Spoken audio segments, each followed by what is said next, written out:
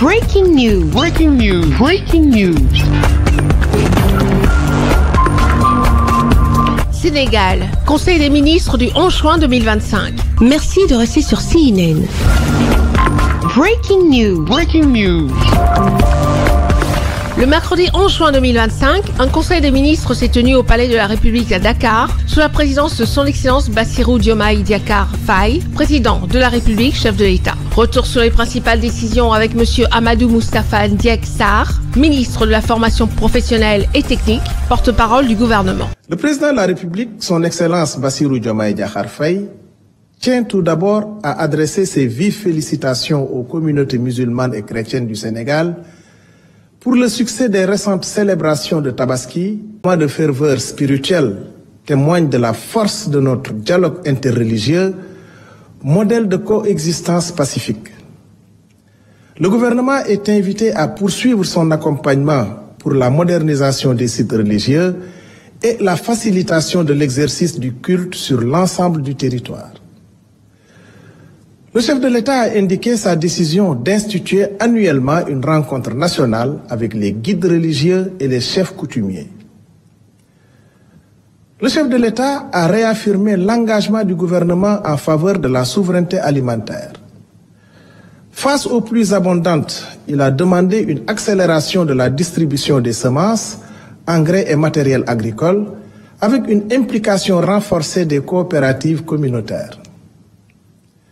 Le programme national de reconstitution du capital semencier, piloté par l'ISRA, sera consolidé.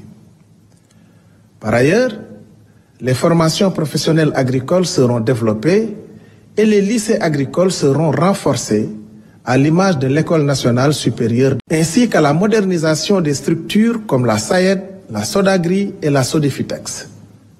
Le chef de l'État a également annoncé son déplacement à Saint-Louis les 12 et 13 juin pour une visite économique auprès des acteurs du secteur.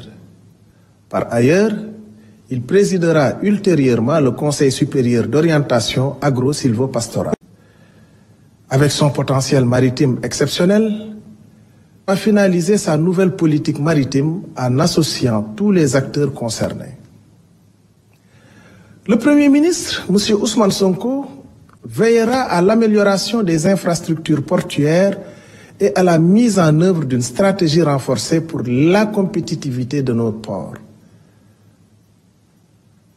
La création du Centre national de coordination de la lutte contre la pollution marine sera accélérée sous l'égide de la haute autorité chargée de la coordination de la sécurité maritime et de l'environnement marin.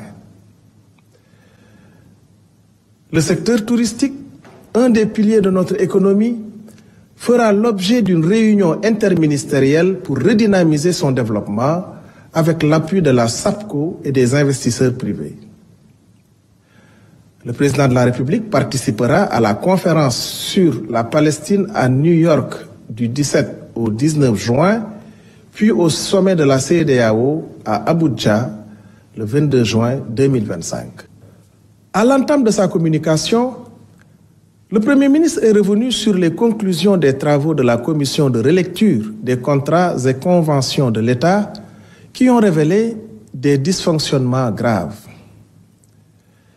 Cette situation révèle des lacunes inacceptables dans la gestion de la commande publique, pourtant essentielle au fonctionnement des services publics et à la réalisation des projets nationaux.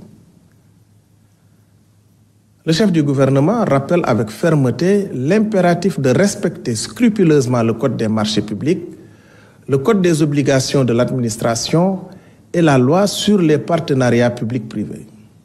Pour y parvenir, le gouvernement renforcera les compétences des acteurs concernés via des formations permanentes, couvrant toutes les étapes des marchés publics de leur préparation à leur évaluation, dans le but de garantir la transparence, l'égalité de traitement et l'efficacité conformément aux principes d'intérêt général.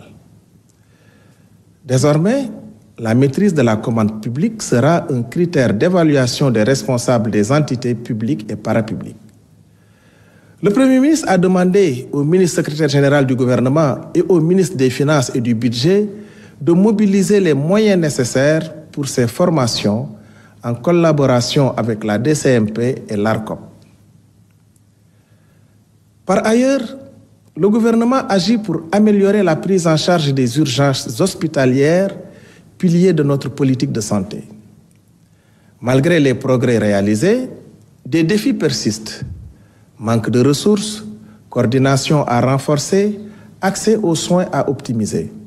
Le plan stratégique 2022-2026 sera rigoureusement mis en œuvre avec un accent sur la territorialisation des urgences, le renforcement du SAMU national et la collaboration avec les sapeurs-pompiers. Merci d'être sur CNN, la télévision autrement. Les programmes se poursuivent. Retrouvez toute l'actualité afro-mondiale en ligne et en multidiffusion sur CNN, Web Info et plateformes digitales, Facebook, YouTube, Instagram et en simultané sur Radio Voltage 2.